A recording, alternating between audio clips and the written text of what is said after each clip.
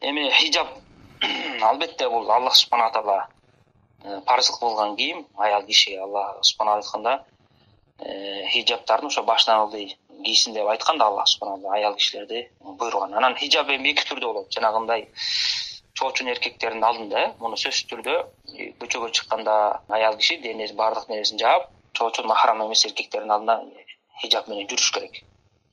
Бул дагы милдет. Жана ошондой эле намазды окуп атканда дагы хижаб кийиш керек. Намаз окуп атканда ошо жүзү бети ачылса болот, анан алакандары ачылса болот. Калган жери баары жабылыш керек.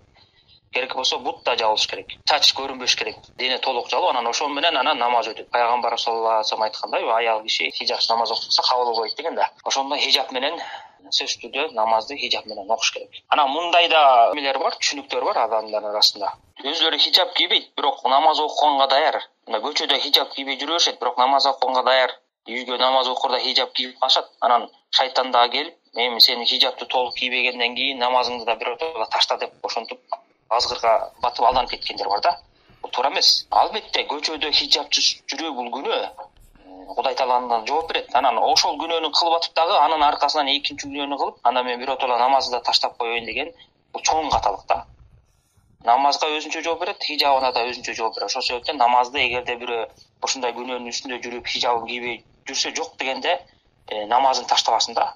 Үйдө келип намазын окуп көчөдө хижабсыз жүрсө дагы. Бирок мунун мааниси эми көчөдө жүрө бер хижабсыз деген маани эмес. Эгерде ошентип моюн сунбай күнөөкөр болуп жүрсө, анан бир күнөө кылып атып ошонун аркасынан экинчисин да кылбасын. Албетте биз эмнеге үндөйбүз? Кудай тааладан коркуп аял киши хижабты сыртта дагы, үйдө дагы намаз окуганда кийгенге чакырабыз. Анан жанагындай шылтоо менен кээ бирөөсү намаз окуп атып, бирөөлөр айтып койсо сөзү менен сен эми хижаб кийбей жүрөсүң, намазды эмне кыласың, сен эки жүзсүздөй болуп деп ушундай жаман сөздөр айтып койсо, намазын дагы ошо таштап салышат да. Намаздын күнөөсү өтө чоң бул.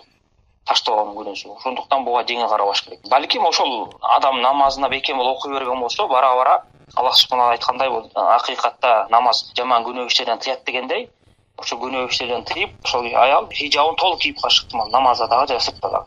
Ошондуктан Аллах Тааладан жардам сурап, адам баласы бир күнөө кылып атып, ошонун аркасынан дагы экинчи күнөө кылбаш керек. Анан намазына бекем болуш керек. Аллах алам.